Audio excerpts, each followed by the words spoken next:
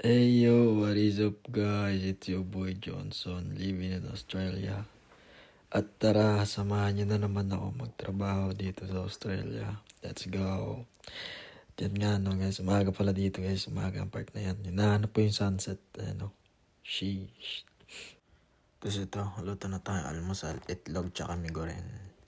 Ay, gago, nilaglag. Ito guys, tawag pala sa amin sa nilagang itlog guys sa Pangasinan. Nilagang itnol. Wala lang, fun fact lang. Yan o, sarap. Maaga nga pala ako nagising na ito mga tol. Alas 6 ng umaga. Pero yung pasok ko, alas 5 pa ng hapon hanggang 1:30 a.m. Tapos yan, almusal muna tayo. At pagtapos ko nga pala mag-almusal dito guys, no, nag-scroll muna tayo. Tapos maya luto si Airmats ng ayan ang ulam, beef steak. Tapos tinuli ko lang guys kasi umalis siya, may pasok siya. Pagtapos nga pala naluto niyan, kumain na rin ako at naligo. Kasi mga alas 3 na siguro yan, hapon. Tapos kailangan pong midlip kasi inaantok na ako. Tapos yan, tulog tayo guys. Mga 30 minutes or 40 minutes na idlip. Tapos ito, gising na tayo guys. Nilalamig pa siya. Lamig kasi guys, winter dito. Sobrang lamig, grabe. Maya tulala na siya. Ayan na. Nilalamig eh. Tapos walang magagawa. Papasok. Ayan na. Pasok na ako niyan. Tapos, ayan nga guys, pababa na yung araw at papasok na tayo. Medyo mababa pa naman yung oras natin. Hindi tayo malilate. Kasi advance tayo pumasok dito tol. Ganon dito tol. Tapos ito nga guys, nakarating na tayo. Suot lang tayo apron guys. Tapos bakbak na yan. Tapos dito guys, may sisingit na isa ating katrabaho. Panoodin nyo. Hello. All getting ready? Yep. Hey.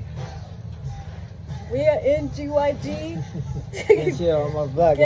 At yun na nga guys, sinimulan natin sa pag-prep ng manok. Mamarinate natin yan guys na parang ganyan. Diyan, nandyan yung mga manok sa cooler room. So pagtas natin mag-prep guys, ito guys, yung mga kahon ng manok. Pinanggalingan ng manok kanina. Ang dami niyan guys, binakbak natin lahat yan. Tapos pagtapos niyan, lalagay natin sa lagayan, sa basurahan. Tapos guys, wala pa ako isang oras nagtatrabaho. Ramdam ko na yung antok kasi ano ba naman, alas 6 ng umaga gising na. Tapos kailangan mo pa maging stay up hanggang 1:30 a.m. Tapos ayun nga, sobrang antok ko, nag-isang oras pa lang tatrabaho. At yun guys, pagtapos natin gawin yan, ito, pagtapos mag-grill ng manok, ito, tatadtadin naman natin yan. Panoodin nyo guys, ito, hindi ko na alam ginagawa ko yan, sobrang lutang nangisip ko kasi naantok na ako talaga. Hanggang ngayon, gabi ko ngayon in-edit to guys. Actually, umaga na, alas 4 na ng umaga. Tapos yun guys, yun yung lalaki na sa likod ko kanina. Si Jesus. Jesus pangalan niya, Colombian. Siya madalas kong kasama tuwing closing. At yun, maya to break time na tayo guys. Ito, order tayo. Order natin guys. At yun guys, maya dumating na din yung order ko. At ito guys, hindi tayo makalabas yung business. Sasakyan sana ako kakain kaso umuulan, ang lamig sobra lalo. Kaya dito na lang tayo sa loob. Ayun yung pagkain natin guys. Oh. Rice bowl, tsaka fries, tapos churros. Tapos yan guys, sarap din guys. Panalo din. Sarap pagkain ng Mexican food din. Pero ang ayaw ko lang pag dumidigay ako. Hindi ko trip yung amoy. Tapos fun fact lang guys, ang tawag sa amin mga taga Pangasinan is Pangasinense. Hindi Panggalatok. Kasi guys, yung Panggalatok, insulto yun sa amin guys. Parang kumbaga Panggalatok. Galing sa word na katok. May katok. Yun lang guys. At ito na ngayon, nakabalik na tayo. Tapusin natin yung break natin. At sa clock in na ulit guys. Ayan. Tapos banat na ulit din siya. O diba? Babakpak na siya ulit. Ito guys, pagbalik natin. Nag-prep tayo ng coriander yan. Nugasan natin. Tapos papatuyuin lang natin yan guys. Gamit yung spinner na yan. Tapos 10 minutes break. Ito ang tamang papogi sa CR. Tumamaki pa. Tapos yan guys, balik na tayo ulit. kinuha na isang data. Yan, temp natin guys. Kailangan yan guys 75 pataas yung temperature para siguradong luto. Pero kahit naman 75, may mga part pa din na hindi naluluto. Kulay pink pa din yung part ng manok. Ay, nakaka-bad trip. Bad trip yung ganun guys. Natatagalan ka sa pagluluto. Tapos yan, tingnan nyo ako magluto. Panis. Chef-chefan yan. Tapos dito guys, mag-isa ko na lang ata dito. Nag-out na si Jesus. Kasi hanggang alas 10 lang siya ng gabi. Tapos yan. Mag-isa ko na lang hanggang mamaya 1:30. Pero madali lang naman nang gagawin. Magluluto ka lang ng mga kailangan nila sa line. Tapos yun, magliligpit, maglilinis, punos-punos. Tapos yan guys, yung kinigrill kong manok. Yan, tamang tad-tad lang. Tapos panoodin nyo guys, meron akong gagawing dito. Pinagbabawal na technique. Meron kasing hindi na shoot sa container na manok eh. Tingnan nyo, antayin nyo guys. Ayan na, malapit na. Ito na, antayin nyo par. May isa hindi mo shoot sa container dyan par. Panoodin nyo, ito na. Ayan, gagawin tinignan. Gagawin, kinain din. Nagbabawal na technique yun. As ayun guys, yung kita nyo maliliit na pieces na yun. Hindi pa naluto, maigi. So, yun, lagay natin sa line. Tapos ito guys, cheese. Lagay natin sa hotbox. At yun nga guys, pagtas natin ilagay sa hotbox yan. Nag-prep tayo ng pinto beans. Ito. Pagtas lang natin ilagay sa container. Lagyan natin ng cling wrap sa ibabaw. Tapos takip. Tapos lagay mo lang sa freezer. Sa cooler room yan. Okay na. Tapos yun guys. Nilinisan ko na din yung lagay ng manok.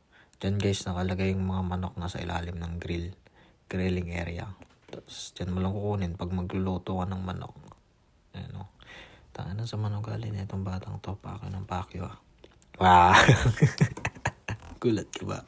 Yan, trip yan. So guys, nilinisan ko na yung grill. Tapos yan, linas. Tignan nyo guys, gabi kung gaano kadami kakapal yung mantika na yan guys. O, putang ina. Diba, grabe. Tapos yan, akit na tayo guys. Spider-Man. Gamit na gamit talaga yung yung batang ilog. Laking ilog. Tanga na. Lala. Tapos yan, bumaba sa akit ulit, diba? Anong trip yan, tol? Pagpasensyahan nyo na yung boses ko, mga tol. Pinipilit ko lang kasi tapusin i-edit to para may pang-post na tayo ulit. Tapos yan, panoodin nyo. Linis ng linis. Sipag oh. Ano kayang na ito? Pangarap mo sa buhay, maging presidente ng Pilipinas. Oh, lul. Guys, panoodin nyo to. Pinagpupuyatan ko i-edit to. Sana tapusin nyo hanggang dulo. Kasi nga, ito nga, pinagpupuyatan ko. Tapos hindi kayo manonood. Ano yun?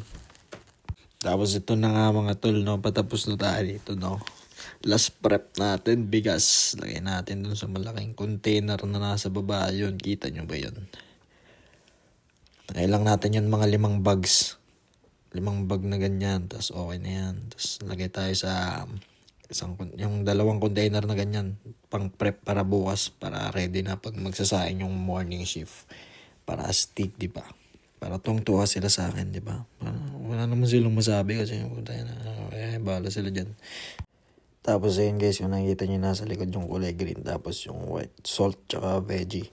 Pinarep ko na din yan. And inahalo namin kasi yan sa bigas kapag nagsasaing kami guys. Salt, veggie. Tapos nilalagyan namin ng mantika para astig.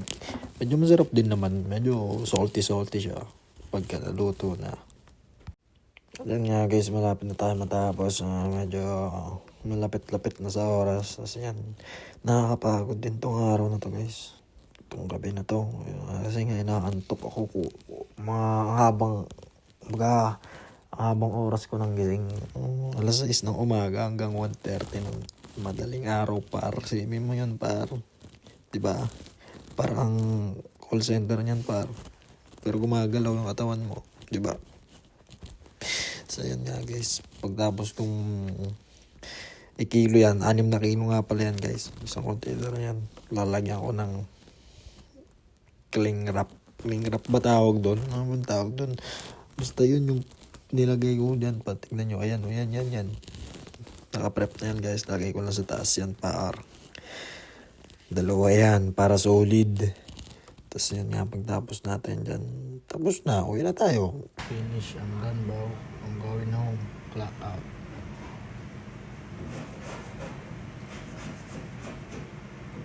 Bye. Let's go home, guys. I'm so fucking tired. Let's go home. All done. Uwian. Uwian tayo. Let's go. At hanggang dito na lang nga guys ang video natin, no? At ako'y nakauwi na. Salamat sa mga nanonood. Follow nyo na ako. Peace out. See you sa next vlog.